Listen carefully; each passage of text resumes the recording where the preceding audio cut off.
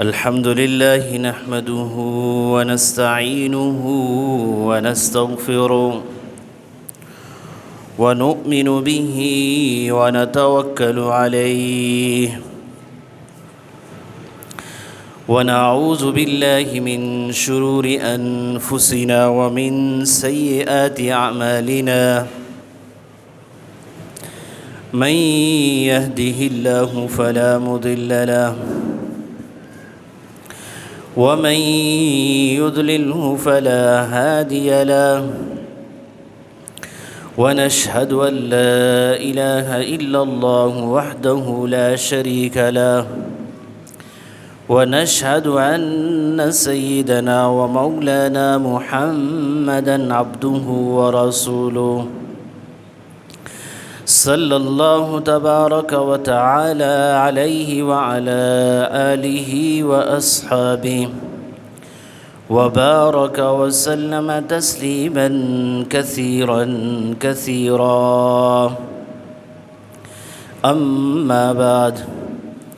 فقد قال الله تبارك وتعالى في كلامه المجيد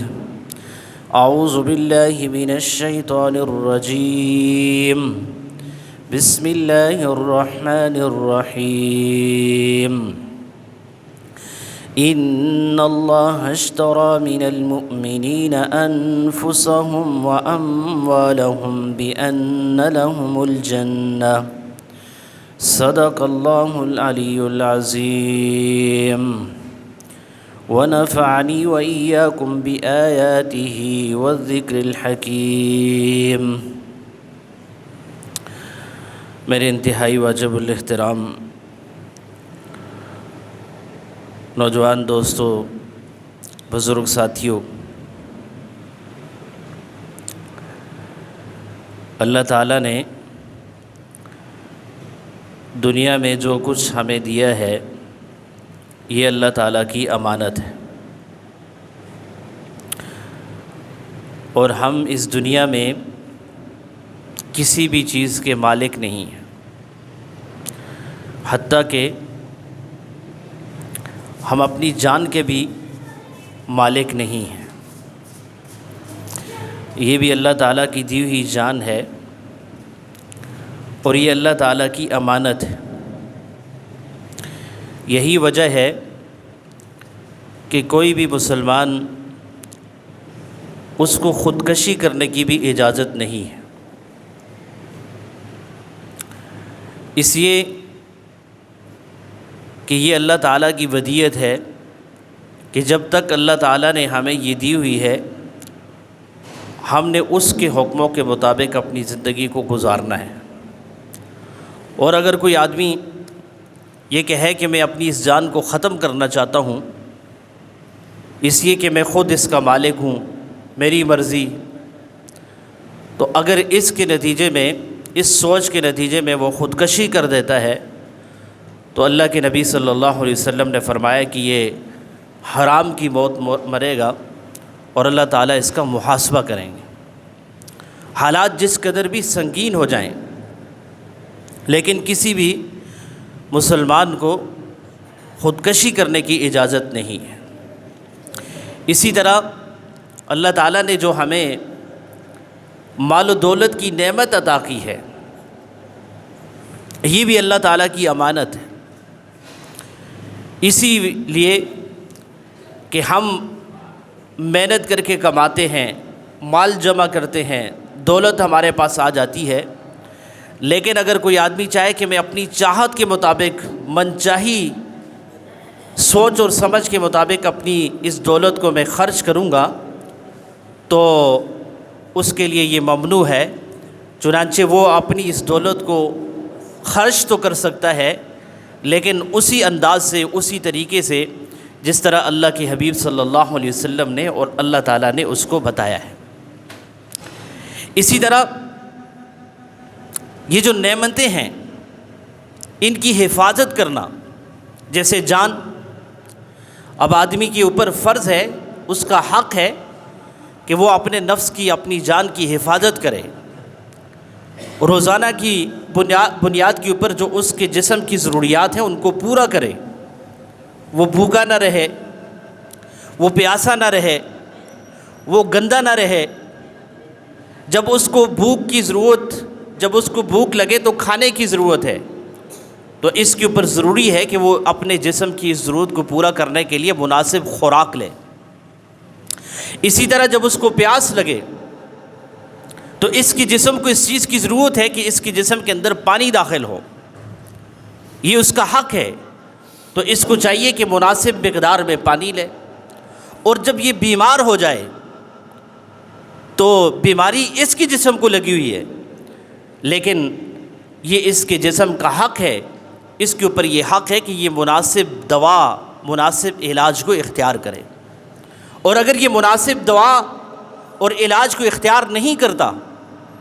اور اس بیماری کی نتیجے میں یہ مر جاتا ہے تو اللہ رب العزت اس کا محاسبہ کریں گے۔ ہاں کسی کے پاس اسباب نہیں ہے، پیسے نہیں ہیں، وہ ایک علیحدہ بات ہے،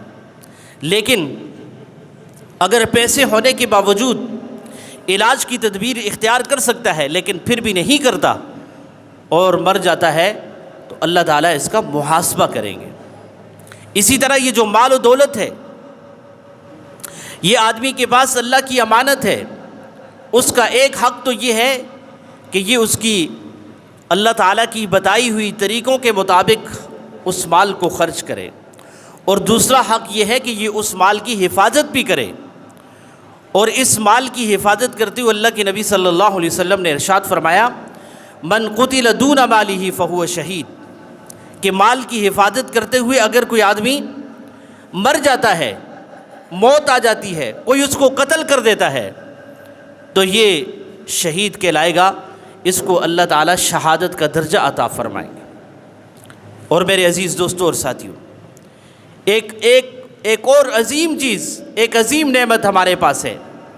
وہ ہمارا ملک ہے، ہمارا وطن ہے۔ اس وطن کی حفاظت کرنا، اس وطن کے تقاضوں کو پورا کرنا، اس کا دفاع کرنا، یہ بھی اللہ تعالیٰ کی طرف سے ہمارے لیے حکم ہے۔ سب سے پہلی چیز تو یہ ہے کہ یہ عظیم وطن، یہ عظیم مملکت خداداد، یہ اللہ تعالیٰ کی سب سے بڑی، اللہ تعالیٰ نے ہمیں نعمت عطا فرمائی۔ آپ سوچیں کہ ہم آزادی کے ساتھ اپنی زندگی کو گزار رہے ہیں، آزادی کے ساتھ اپنی عبادتوں کو انجام دے رہے ہیں، آزادی کے ساتھ اپنے شب و روز کو گزار رہے ہیں، ہمیں کوئی رکاوٹ نہیں، ہمیں اپنے کام کرنے میں کوئی جھجک نہیں۔ ہزار خرابیوں کے باوجود بھی یہ وطن اللہ رب العزت کی بہت بڑی نعمت ہے، یہ اللہ تعالیٰ کا بہت بڑا عطیہ ہے۔ اور اس ملک کی بہتری کے لیے کام کرنا، اور اسی طرح جب اس ملک کے اوپر مشکل حالات آ جائیں اس کا دفاع کرنا، یہ جہاں ہماری افواج پاکستان کی ملی اور ایمانی ان کی یہ ذمہ داری ہے، اس کے ساتھ ساتھ عام جو اس وطن کے باسی ہیں ان میں سے بھی ہر ایک کی یہ ذمہ داری ہے کہ وہ اس وطن کے ساتھ دلی محبت رکھے، اور اس کے دفاع کے لیے اگر اس کو اپنا مال، اپنی جان پیش کرنی پڑے تو اس کو اس میں کوئی جھجک نہیں ہونی چاہیے، بلکہ اگر اس وطن کے دفاع میں کوئی شہید ہو جائے گا تو اللہ تعالیٰ اس کو شہادت کے درجے سے نوازیں گے۔ موجودہ حالات یہ آپ کے سامنے ہیں، حالات ہمیشہ اللہ تعالیٰ کی طرف سے آتے ہیں۔ قرآن کریم میں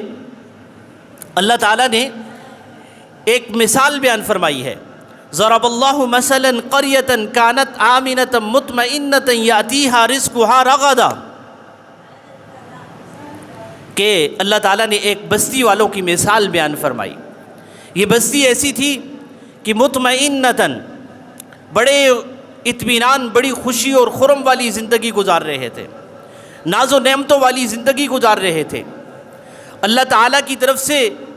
ان کے پاس اللہ نے فرمایا یأتیہا رزقہا رغدا، ان کے پاس جو رزق آتا تھا وہ بڑا فراوانی کے ساتھ ان کو رزق آتا تھا۔ ان کے پاس رزق کی تنگی نہیں تھی، اور اسی طرح جو دوسری چیز تھی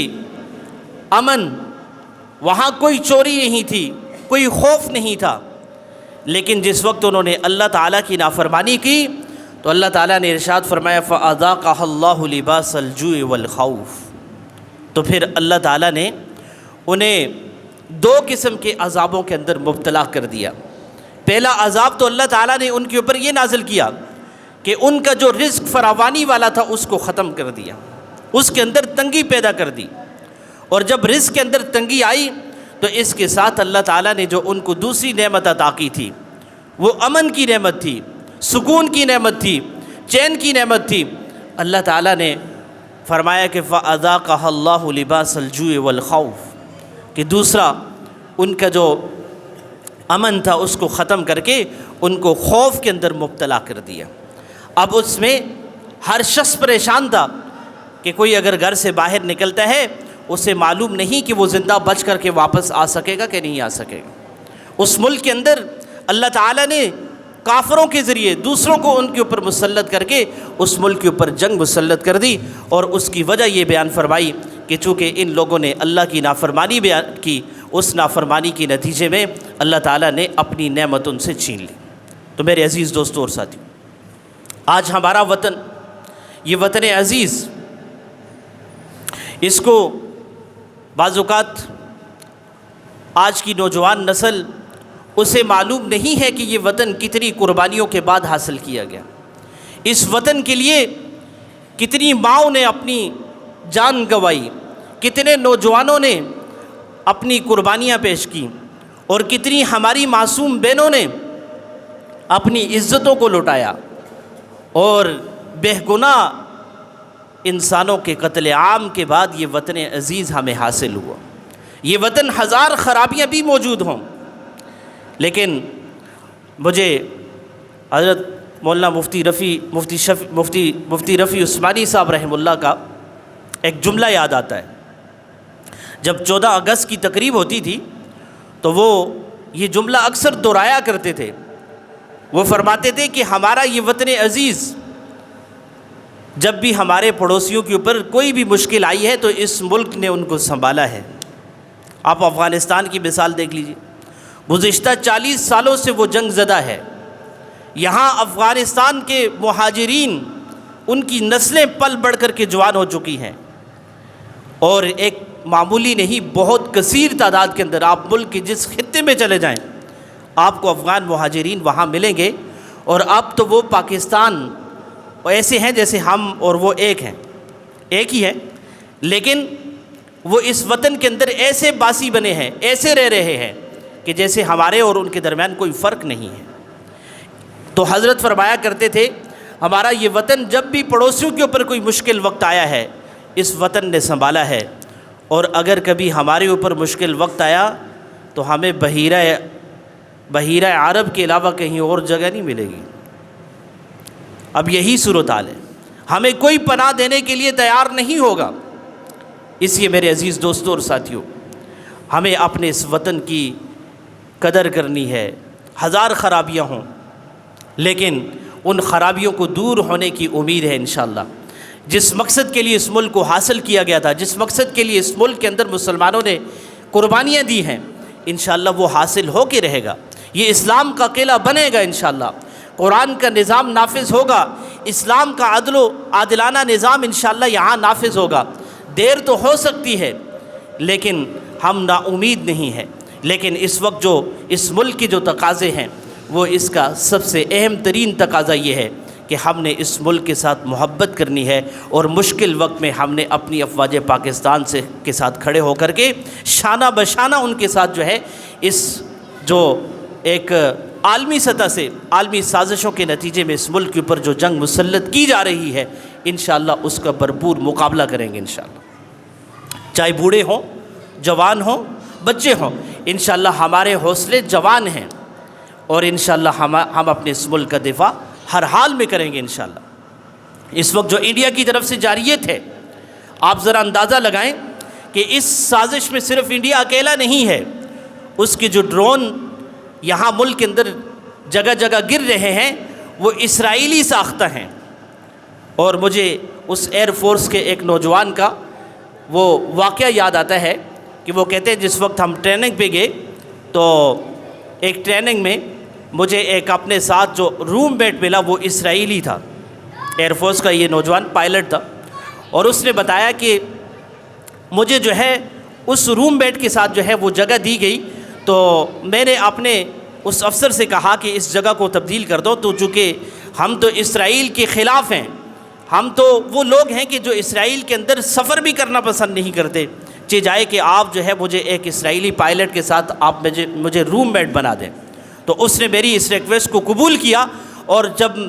اس نے اس کے اوپر دستخط کرنے جا رہا تھا تو مجھ سے اس نے پوچھا کہ بھائی بات یہ ہے کہ یہ ہماری چوائس نہیں بلکہ اس اسرائیلی پائلٹ کی چوائس تھی کہ ہم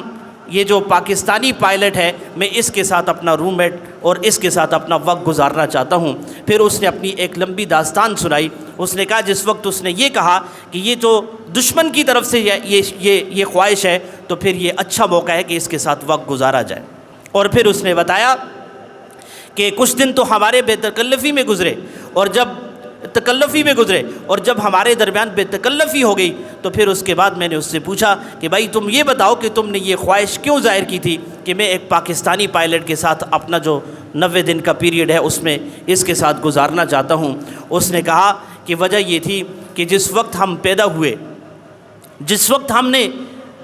سمجھ بوجھ ہمیں آئی، ہم چیزوں کو سمجھنے لگے تو ہمیں یہ بتایا گیا کہ تمہارا سب سے جو بڑا دشمن ہے وہ اس فلسطین نہیں ہے، عرب نہیں ہے، بلکہ تمہارا سب سے بڑا دشمن جو ہے وہ پاکستان ہے۔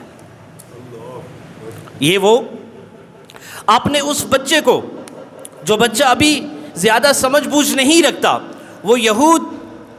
اپنی اولاد کو یہ سمجھا رہے ہیں کہ یہ جو سب سے تمہارا بڑا دشمن ہے وہ پاکستان ہے، کوئی اور نہیں ہے۔ اور پھر اس نے کہا کہ جس وقت ہم اپنے مکاتب میں جاتے ہیں، مذہبی مکاتب جیسے ہماری مساجد ہیں، تو ان کے بچے اسی طرح یہودیت کی تعلیم حاصل کرنے کے لیے مذہبی مکاتب کے اندر جاتے ہیں، تو اس نے کہا کہ مجھے وہاں پر بھی جا کر کے سب سے پہلے جو سبق پڑھایا گیا وہ یہ پڑھایا گیا کہ بھائی تمہارا دشمن عرب نہیں ہے، کوئی فلسطینی تمہارا دشمن نہیں ہو سکتا، اگر تمہارا اس دنیا کے اندر سب سے بڑا دشمن ہے تو وہ دشمن پاکستان ہے۔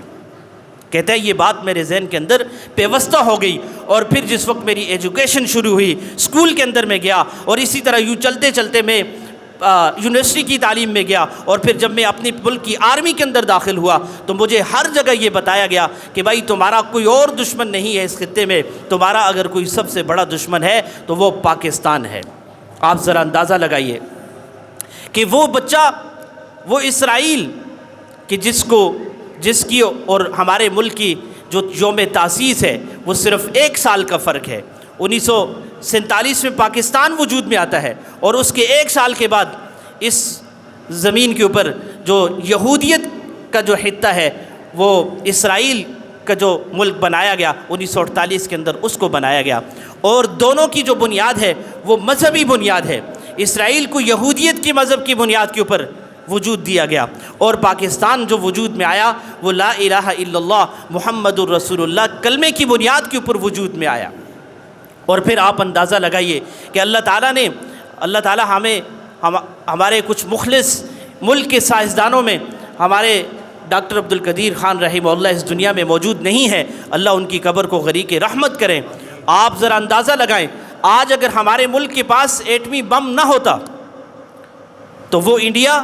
جو ہمارے اس ملک کے چپے چپے کے اوپر ڈرون اور اڑا کر کے حملے کرنا چاہتا ہے، تو آپ کیا سمجھتے ہیں اس ایٹمی دھماکے کے بعد ہمارے ملک کا کیا حشر کر دیتے وہ؟ صرف اس سازش کے خلاف، اس سازش کے پیچھے ایک انڈیا نہیں ہے بلکہ پوری ملت کفر جمع ہے۔ امریکہ بھی ہو سکتا ہے، برطانیہ بھی ہو سکتا ہے، اور آپ ذرا اندازہ لگائیں کہ مسلمان کی قوت کو پاش کرنے کے لیے جس وقت سلطنت عثمانیہ کا خاتمہ ہوا، دنیا کے اوپر یہ عیسائیت غالب ہوئی، اور بہت سارے خطوں کے اوپر جب ان کی حکومت قائم ہوئی، اور پھر جو پچھلی صدی کے اندر جغرافیائی تقسیم ہوئی، اس تقسیم کے نتیجے میں انہوں نے عربوں کی پیٹھ کے اندر خنجر گوپا اسرائیل کی صورت میں، اور اس کی پوری پشپنائی کی جا رہی ہے، اس کو جدید ہتھیار دیے جا رہے ہیں، اور جن ہتھیاروں کے ذریعے وہ مسلمانوں کا قتل عام کر رہا ہے۔ اور ہمارے اس ملک کے اس خطے کے اندر جب آزادی ہوئی، جب مسلمان آزاد ہوئے، پاکستان بنا، تو اس پاکستان کو کمزور کرنے کے لیے کشمیر کے مسئلے کو متنازع بنا کر کے پاکستان کے مسلمانوں کی پیٹھ میں خنجر گھونپا گیا۔ اور یہی کشمیر کا مسئلہ ہے کہ جو آنے والے وقت میں ہو سکتا ہے کسی بڑی جنگ کا پیش خیمہ بن جائے، ہو سکتا ہے یہ غزوہ ہند کا آغاز بن جائے۔ اس لیے میرے عزیز دوستوں اور ساتھیوں، اللہ کے نبی صلی اللہ علیہ وسلم نے اپنی ایک حدیث میں ارشاد فرمایا کہ میں اس قافلے کے لیے، اس گروہ کے لیے جنت کی خوشخبری سناتا ہوں جو گروہ جو ہے وہ غزوہ ہند لڑے گا۔ تو انشاءاللہ اللہ تعالیٰ نے اگر ہمیں توفیق عطا فرمائی اور ہم زندہ رہے تو انشاءاللہ ہم اس غزوے کے اندر بھرپور ہم افواج پاکستان کے ساتھ مل کر کے اس غزوے کا آغاز کریں گے، اور انشاءاللہ انڈیا کو فتح کر کے ان کے جو مندر ہیں ان کو ختم کر کے انشاءاللہ دوبارہ سے اسلام کی بہاروں کو انشاءاللہ یہاں تازہ کریں گے۔ تو اس موقع کے اوپر آپ حضرات سے گزارش یہ ہے کہ چونکہ یہ دور سوشل میڈیا کا دور ہے، بعض اوقات ایسی خبریں ہم اپنے ہاتھوں سے پھیلا رہے ہوتے ہیں کہ جو مسلمانوں کے اندر بے چینی کا سبب بن جاتی ہیں، اور اسی طرح افواج پاکستان کے لیے، ملک کی سلامتی کی اداروں کے لیے پریشانی کا باعث بن جاتی ہیں، اور بعض اوقات ایسی چیزیں جو ہم اپنے ہاتھوں سے پھیلاتی ہیں کہ جن کی کوئی حقیقت نہیں ہوتی، وہ دشمن کے لیے ایک فتح کا سبب بنتی ہیں۔ تو ہم نے کسی ایسی خبر کو اپنے ہاتھوں سے نہیں پھیلانا جو غیر مصدقہ ہو، جس کی تصدیق نہ ہو، اور اسی طرح اپنے وطن کے لیے دعا کرنی ہے۔ اور انشاءاللہ اگر ایسے حالات بنتے ہیں کہ جس میں ہماری جان و مال کی ضرورت ہے تو انشاءاللہ ہم اپنے ملک کی اس حفاظت کے لیے اپنی جان مال انشاءاللہ سب کچھ لگائیں گے، اور اس ملک کے مسلمانوں کی انشاءاللہ حفاظت کریں گے۔ ابھی تو ہماری انشاءاللہ افواج پاکستان بہترین انداز سے اپنی بہترین اسٹریٹجی کی بنیاد کے اوپر وہ ملک کا دفاع کر رہی ہیں۔ بہت سارے حضرات ہیں جو کہتے ہیں کہ ابھی تک پاکستانی جو ہے اس کا جواب کیوں نہیں دے رہے۔ بھائی بات یہ ہے کہ بہت ساری چیزیں ایسی ہوتی ہیں کہ جو دشمن کو نفسیاتی طور کے اوپر جو ہے مبتلا رکھتی ہیں۔ اس وقت تک جو الحمدللہ افواج پاکستان اس ملک کا دفاع کر رہی ہیں، وہ اسٹریٹجی یہی ہے کہ انشاءاللہ ملک کا جو دفاع ہے وہ انشاءاللہ مضبوط ہاتھوں کے اندر ہے، اور دشمن کو جو جواب دیا جائے گا وہ انشاءاللہ بھرپور طاقت کے ساتھ جواب دیا جائے گا۔ ہم نے کوئی جلد بازی نہیں کرنی، اور اس جلد بازی کے نتیجے میں ایسا ممکن ہو سکتا ہے کہ ملک کا نقصان ہو، اس لیے انشاءاللہ ہمارے ملک کا نقصان نہیں ہوگا۔ یہ ملک محفوظ ہاتھوں میں ہے، اور انشاءاللہ اس کی حفاظت افواج پاکستان کریں گی، اور افواج پاکستان کے ساتھ مل کر کے انشاءاللہ اس ملک کا عام مسلمان بھی انشاءاللہ اس کی حفاظت کرے گا۔ اور اس وقت جو انڈیا جارحیت کر رہا ہے اپنے ڈرون کے ذریعے، جو مساجد کے اوپر حملے کیے جا رہے ہیں، اور اسی طرح مدارس کے اوپر حملے کیے جا رہے ہیں، ہم ان کی بھرپور مذمت کرتے ہیں، اور وہ وقت آئے گا کہ انشاءاللہ جب انڈیا سے اور ہندوؤں سے اس کا پورا حساب لیا جائے گا۔ آپ سب حضرات سے ایک تو گزارش یہ ہے کہ بھائی اللہ کی طرف متوجہ رہیں، استغفار پڑھیں۔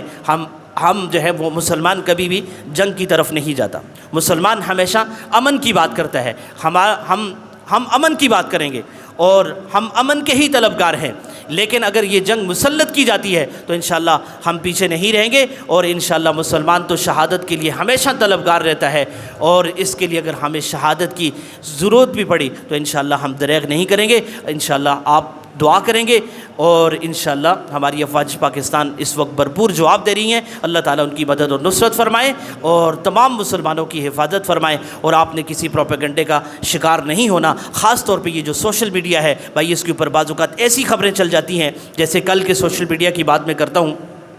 کہ کچھ عرصہ پہلے فیصل مسجد کے اندر کوئی آگ لگی تھی، تو وہ جو ہے وہ پھیلائی جا رہی تھی کل کہ یہاں جو ہے وہ ڈرون کا حملہ کر دیا گیا۔ تو بھائی بڑا تعجب ہوا کہ بھائی یہ کیا بات ہوئی،